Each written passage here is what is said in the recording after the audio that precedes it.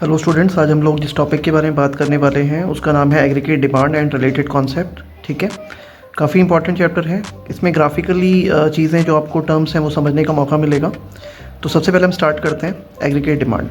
देखो, एडी को aggregate demand से रिप्रेजेंट किया जाता है और एग्रीगेट डिमांड का मतलब ये है एक अकाउंटिंग ईयर में डिफरेंट पर्सन के थ्रू जितना भी गुड्स एंड सर्विसेज पे पैसा स्पेंड किया जाता है उसके टोटल को हम क्या बोलते हैं, एग्रीगेट डिमांड। ठीक है, ध्यान रखिएगा, एक अकाउंटिंग ईयर में जितना भी डिफरेंट पर्सन के थ्रू गुड्स एंड सर्विसेज पे पैसा खर्च किया जाता है their sum is called aggregate demand. ठीक है, अब नेक्स्ट आपको ये जानना होगा कि एग्रीगेट डिमांड के कंपोनेंट्स क्या हैं, यानी जो एग्रीगेट डिमांड है वो किन से मिलके बनता है। तो यहाँ पे हम बात करते हैं, इसको आप दो तरीके से समझ सकते हैं, close economy and open economy. अगर मैं क्लोज इकॉनमी की बात करूँ तो एक इकॉनमी के अंदर तीन चीज़ें मेंटेन होती हैं, जैसे आपका consumption, investment and government expenditure. ध्यान रखिएगा, ये एक इकोनॉमिक टेरिटरी में यानी एक कंट्री के अंदर ये सारी चीज़ें होती हैं। जबकि अगर मैं ओपन इकॉनमी की बात करूं तो उसमें एक टर्म और आ जाएगी जिसको हम नेट एक्सपोर्ट कहते हैं। तो वन बाय वन हम समझते हैं। सबसे पहले आपका आता है प्राइवेट कंजम्पशन एक्सपेंडिचर यानी हाउस होल्ड एक्सपेंडिचर्स। ध्यान रखिएगा, अगर आपका हाउस होल्ड एक्सपेंडिचर यानी कंजम्पशन पे जो एक्सपेंडिचर है लोगों के थ्रू वो ज़्यादा पैसा खर्च किया जाएगा तो उससे हमारी एग्रीगेट डिमांड बढ़ती है, और अगर हमारा हाउस होल्ड एक्सपेंडिचर अगर कम होता है तो एग्रीगेट डिमांड कम होती है। ठीक है, नेक्स्ट है इन्वेस्टमेंट एक्सपेंडिचर। अगर इन्वेस्टमेंट ज़्यादा से ज़्यादा होगा इकॉनमी में तो उससे भी लोगों को एम्प्लॉयमेंट मिलेगा, इनकम जनरेट होगी और एग्रीगेट डिमांड बढ़ती है, और अगर इन्वेस्टमेंट कम है तो एग्रीगेट डिमांड कम होती है। नेक्स्ट है आपका गवर्नमेंट एक्सपेंडिचर। ध्यान रखिएगा, गवर्नमेंट अगर डेवलपमेंट या नॉन डेवलपमेंट के कामों पर पैसा खर्च करती है तो उससे भी इकॉनमी में एम्प्लॉयमेंट जनरेट होगा, एग्रीगेट डिमांड इंक्रीज़ होगी, और अगर गवर्नमेंट एक्सपेंडिचर कम करती है तो एग्रीगेट डिमांड कम होती है। ठीक है, तो आपने देखा ये तीनों कंपोनेंट्स एग्रीगेट डिमांड को डिटरमाइन करने में हेल्प करते हैं। अनदर जो कॉन्सेप्ट है वो है नेट एक्सपोर्ट, जो कि एक्सपोर्ट माइनस इंपोर्ट के बीच का डिफरेंस होता है। जब हम एक्सपोर्ट करते हैं, एक्सपोर्ट का मतलब होता है रेस्ट ऑफ द वर्ल्ड में गुड्स एंड सर्विसेज को डिलीवर करना या फिर उन्हें प्रोवाइड करना। ठीक है, जब हम एक्सपोर्ट करते हैं तो फॉरेन करेंसी आती है, जब हम इंपोर्ट करते हैं तो हमें फॉरेन करेंसी में उन्हें पैसा पे करना होता है। अगर आपका नेट एक्सपोर्ट पॉजिटिव है तो ध्यान रखिएगा ये इकोनॉमी के लिए पॉजिटिव सिम्टम्स हैं, इससे भी इकोनॉमी में ग्रोथ होगी, एम्प्लॉयमेंट जनरेट होगा, एग्रीगेट डिमांड बढ़ती है। और अगर हमारा नेट एक्सपोर्ट नेगेटिव होता है तो उससे भी हमारी एग्रीगेट डिमांड पे नेगेटिव इफेक्ट पड़ेगा, यानी डिमांड कम होती है।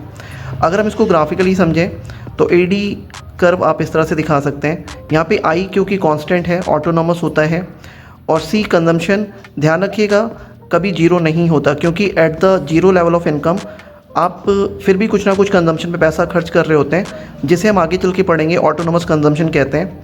तो ध्यान रखना है आपको कि सी कभी जीरो नहीं होगा। अगर हम आई और सी दोनों को ऐड कर लेते हैं तो वो एडी बन जाता है, यानी एग्रीगेट डिमांड, जिसको आपने सी प्लस आई की फॉर्म में यहाँ पे देखा है। ठीक है, तो ये आपका कर्व हो गया एडी का, आपको ध्यान रखना है। ठीक, नेक्स्ट हम बात करते हैं, नेक्स्ट है आपका एग्रीगेट सप्लाई। देखो, अगर मैं एग्रीगेट सप्लाई की बात करूं तो एग्रीगेट सप्लाई का मतलब ये है कि एक अकाउंटिंग ईयर में डिफरेंट प्रोड्यूसर के थ्रू मार्केट में जितनी भी गुड्स एंड सर्विसेज को अवेलेबल करवाया जाता है their sum is called aggregate supply. और अगर हम एग्रीगेट सप्लाई के कंपोनेंट्स की बात करें तो सी प्लस एस, यानी C for consumption and S for saving, यानी जो एग्रीगेट सप्लाई है वो कंजम्पशन और सेविंग पे डिपेंड करती है। ठीक है, और ध्यान रखिएगा सप्लाई में और जीडीपी में हमेशा पॉजिटिव रिलेशन होता है। इसका मतलब ये हुआ कि अगर सप्लाई जीरो तो जीडीपी जीरो होगा, और जैसे जैसे सप्लाई राइज होती है जीडीपी भी बढ़ता जाता है। ठीक है ना, तो ध्यान रखिएगा सप्लाई और जीडीपी में ऑलवेज पॉजिटिव रिलेशन होता है। ठीक है, सप्लाई जीरो होने पे जीडीपी जीरो, सप्लाई इंक्रीज होने पे जीडीपी आपकी बढ़ती है। नेक्स्ट है हमारा कंजम्पशन फंक्शन, एंड इसे हम प्रोपेंसिटी टू कंज्यूम से भी डिनोट करते हैं। अगर हम कंजम्पशन फंक्शन की बात करें तो basically functional relation between income and consumption is called consumption function. ठीक है, इनकम और कंजम्पशन के बीच में जो भी फंक्शनल रिलेशन है उसे आप कंजम्पशन फंक्शन कहते हैं। ध्यान रखिएगा, फिर से बता दूं आपको कि कंजम्पशन कभी जीरो नहीं होता। At the zero level of income जितना भी हम पैसा खर्च करेंगे that is called autonomous consumption. ठीक है, तो ये आपको ध्यान रखना है, आपने ये फिगर समझना है। ये आपका जो है जो ऑरिजिन से होके जा रहा है ये वाई है, यानी कि जीडीपी लेवल, और ये सी फॉर कंजम्पशन, जहाँ पे ये दोनों एक दूसरे को बाइसेक्ट करते हैं that is called equilibrium point. ठीक है, हमने एक्स एक्सिस पे इनकम और वाई एक्सिस पे कंजम्पशन को दिखाया हुआ है। अगर हम बात करें इसके कुछ अनदर टर्म्स जो इसके सब पॉइंट्स हैं, इसमें आपका एपीसी और एमपीसी आ जाता है। एपीसी का मतलब यहाँ पे एवरेज प्रोपेंसिटी टू कंज्यूम है, यानी कि proportionate relation between consumption and income is called APC, यानी अगर आप कंजम्पशन को इनकम से डिवाइड करते हैं तो ये आपका APC आता है, ठीक है। और MPC की अगर हम बात करें तो MPC का मतलब यहाँ पे मार्जिनल प्रोपेंसिटी टू कंज्यूम है। Basically proportionate relation between consumption, change in consumption and change in income is called MPC, यानी कि कंजम्पशन में होने वाला चेंज और इनकम में होने वाले चेंज के प्रोपोर्शनेट रिलेशन को हम MPC से रिप्रेजेंट करते हैं, ठीक है। नेक्स्ट हम बात करते हैं यहाँ पे सेविंग फंक्शन।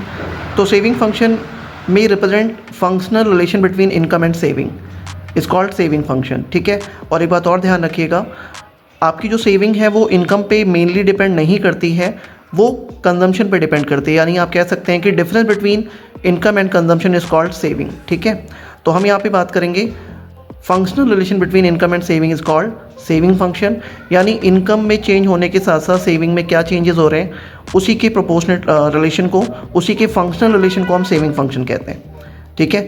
ध्यान रखिएगा, इनिशियली जब आप जीरो इनकम होती है तो आप अपनी सेविंग खर्च कर रहे होते हैं अपने कंजम्पशन पे, दैट्स वाई हमारा जो सेविंग फंक्शन है वो नेगेटिव होता है, ठीक है। और जैसे जैसे इनकम राइज होगी हमारी सेविंग्स जीरो, देन फिर वो पॉजिटिव होना स्टार्ट हो जाती है, ठीक है।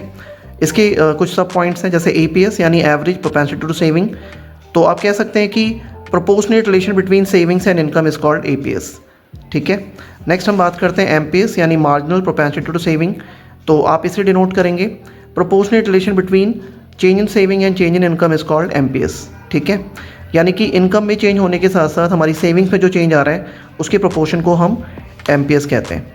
अगर हम दोनों सिचुएशन एक साथ देखें, यानी कि saving function and consumption function को अगर आप एक साथ रिप्रेजेंट करें तो आप देख सकते हैं ये हमारी Y फॉर इनकम और ये C फॉर कंजम्पशन, जहाँ पे ये बाइसेक्ट कर रहा है दैट इज़ कॉल्ड इक्विलिब्रियम।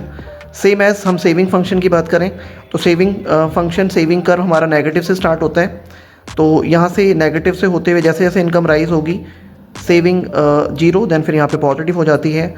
अगर आप दोनों इक्विलिब्रियम पॉइंट्स को एक साथ मिलाते हैं तो ये simultaneously consumption function and saving function को यहाँ पे रिप्रेजेंट किया गया है, ठीक है।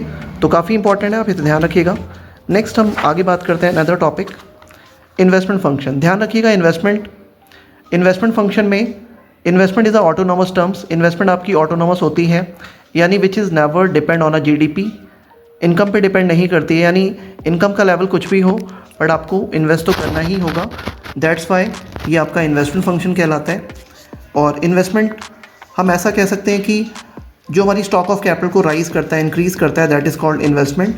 लाइक हम लोग मशीनरी, बिल्डिंग, फर्नीचर, इक्विपमेंट से जो भी पैसा स्पेंड करते हैं वो हमारा इन्वेस्टमेंट कहलाता है। इन्वेस्टमेंट की अगर हम टाइप्स की बात करें तो इंड्यूस्ड इन्वेस्टमेंट सबसे पहले देखो, induced investment are those investment which is inspired from a profit, यानी जो प्रॉफिट से इंस्पायर्ड होता है, जहाँ पे इनकम के चांसेस ज़्यादा हों, प्रॉफिट के चांसेस ज़्यादा हों, वहाँ पे अगर आप इन्वेस्ट करते हैं that is called induced investment. आप देख सकते हैं जैसे जैसे हम जहाँ पे इनकम की अपॉर्चुनिटीज़ ज़्यादा होगी तो हम इन्वेस्टमेंट भी ज़्यादा कर रहे हैं, इनकम अपॉर्चुनिटी कम है तो इन्वेस्टमेंट क्या होगा, कम होगा, ठीक है। नेक्स्ट है आपका ऑटोनोमस इन्वेस्टमेंट। देखो, autonomous investment are those which is free from profit motive, free from income. यहाँ पे मेनली प्रॉफिट या इनकम पे फोकस नहीं होता है, ये मैंडेटरी इन्वेस्टमेंट है जो इनिशियली हमें करना ही करना होगा। जैसे हम लोग स्कूल फीस पे कर रहे हैं या फिर हम लोग इंश्योरेंस का प्रीमियम पे कर रहे हैं, ठीक है। तो इनिशियली ऐसी पेमेंट जो आपको करनी ही करनी है, चाहे इनकम हो या ना हो, करना आपके लिए मस्ट है, वो आपका ऑटोनोमस इन्वेस्टमेंट कहलाता है, ठीक है। तो आप देख सकते हैं कि यहाँ पे I फॉर इन्वेस्टमेंट कांस्टेंट होगा, हॉरिजेंटली आपको दिखा रखा है, इनकम का लेवल कुछ भी हो बट ये ऑल टाइम फिक्स रहेगा। अब हम बात करते हैं यहाँ पे फुल एम्प्लॉयमेंट। देखो, full employment is that situation in which each and every person who wants to get the job, जिसको नौकरी चाहिए, जॉब चाहिए, अगर उसको एम्प्लॉयमेंट मिल जाता है that is called situation of full employment. और अगर हम बात करें इनवॉलंटरी अनएम्प्लॉयमेंट, देखो इनवॉलंटरी अनएम्प्लॉयमेंट का मतलब ये होता है कि इसमें पर्सन काम तो करना चाहता है बट उनको जॉब नहीं मिल पाती है, तो वो इनवॉलंटरी अनएम्प्लॉयमेंट कहलाते हैं। इसी में एक टर्म आप पढ़ेंगे कि वॉलंटरी अनएम्प्लॉयमेंट क्या होता है, ये भी आपको जानना चाहिए।